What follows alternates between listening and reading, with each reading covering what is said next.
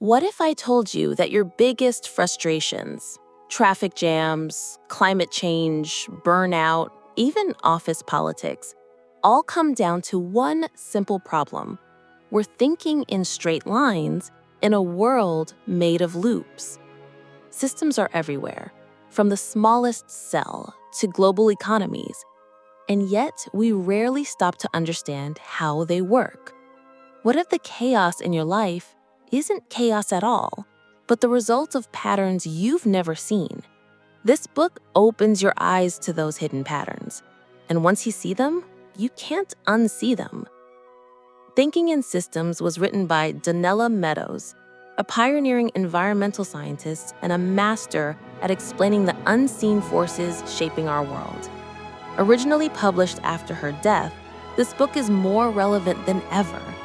In a time of increasing complexity, polarization, and overwhelm, Meadows gives us a fresh way of seeing and solving problems, not by adding more control or more rules, but by understanding the systems behind them. At its core, the book delivers one powerful idea. If you want to change the world, or even just your life, you have to stop reacting to symptoms and start working with systems, because systems govern behavior. If you don't understand them, you're just kicking the problem down the road. Let's break that down with some of the book's key ideas. The first is this: systems are made of elements, interconnections, and a purpose. Think of a car.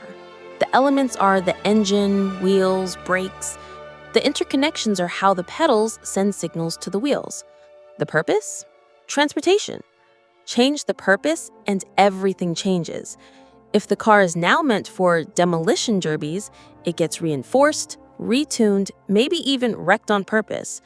This idea isn't just academic, it's incredibly practical. In business, in education, even in relationships, identifying the actual purpose of the system, not the one written on paper, but the one revealed by behavior, can completely change how you approach it. So ask yourself, what system am I in? And what is its real purpose? The second key idea is feedback loops. Positive feedback loops amplify change, like a snowball rolling down a hill. Negative feedback loops stabilize, like a thermostat adjusting temperature. You've seen both in action. Social media algorithms are positive feedback. More clicks lead to more of the same content, creating echo chambers. The body's hunger signals are negative feedback. Eat too much, you feel full, and stop. The problem arises when feedback loops are misunderstood or ignored. For instance, in a forest, removing wolves to protect deer seems like a good idea, until the deer overgraze, the ecosystem collapses, and everyone suffers. Meadows teaches us to respect feedback, not override it. In your own life, pay attention to loops. What reinforces a habit? What stabilizes it? Understanding the loop can help you shift your behavior without sheer willpower. The third concept is stocks and flows. A stock is something you can measure: water in a tank, money in a bank account, stress in your body. A flow is what fills or drains it: income, expenses, rest, or pressure. We often try to change outcomes without adjusting the flows. For example, to lose weight, many people focus on calorie counting. But what if they looked at the flows: stress eating, lack of sleep, inconsistent exercise, instead of just the number on the scale?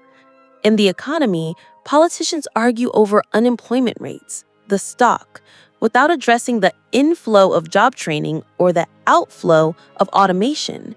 Systems thinking tells us, control the flow and the stock will follow. The insight here is subtle but powerful. Don't just look at where things are, look at what's moving them. The fourth insight is that systems resist change. They have built-in resilience. You've probably tried to change something and felt pushed back, like the system was fighting you. That's not your imagination. It's called system inertia. Imagine trying to steer a massive ship. You turn the wheel, but nothing happens right away. It takes time. Systems have delays.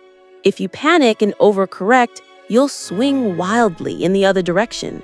The key is patience and feedback. This is why crash diets fail. This is why revolutions often fall apart. Real, lasting change comes from working with the system's natural rhythms, not against them. Ask yourself, am I expecting instant results from something that moves slowly? Am I pushing harder when I should be listening? Another vital idea in the book is leverage points. These are spots in a system where a small shift can produce big changes. But here's the twist. The most effective leverage points are often the least obvious or the least comfortable. For instance, changing a tax rate is a small leverage point, but shifting a society's mindset about growth or justice, that's a deep leverage point. Meadows outlines a hierarchy of these points, from tweaking numbers to altering the system's goals. And often, we fixate on the easy ones, adjusting metrics, making roles, instead of questioning the paradigm itself. Think of someone managing burnout by changing to-do list apps instead of rethinking their definition of productivity. That's a shallow leverage point. Want real transformation? Go deeper. What assumptions are driving your system? What beliefs are shaping your behavior? Let's consider a real-world story.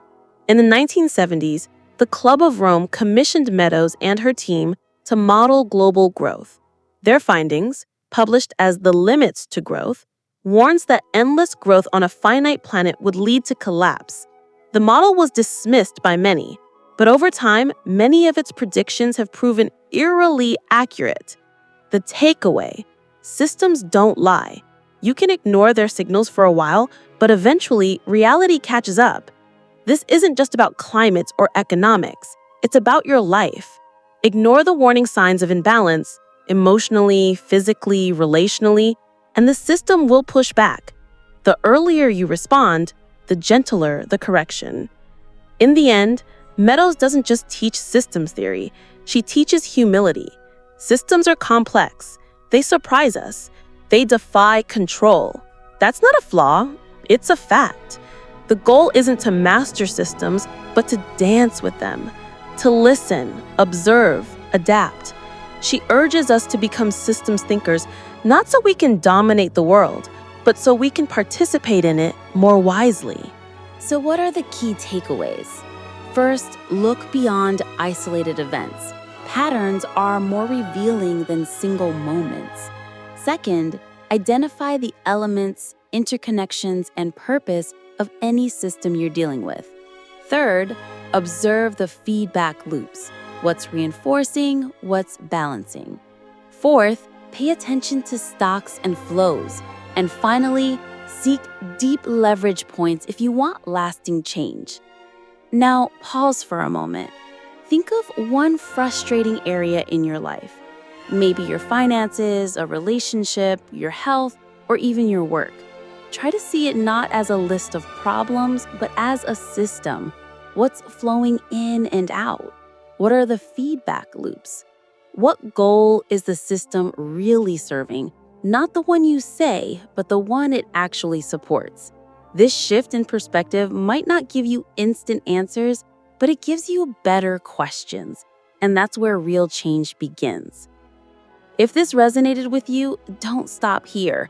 Thinking in Systems is a book worth revisiting often. Every time you read it, you see more, not just in the book, but in life. Share your thoughts in the comments. What system in your life are you starting to see differently? And if you want more videos like this, deep, thoughtful, practical, hit subscribe. Because the better you understand systems, the more powerfully you can change them. And in a world of complexity, that's not just useful, it's necessary.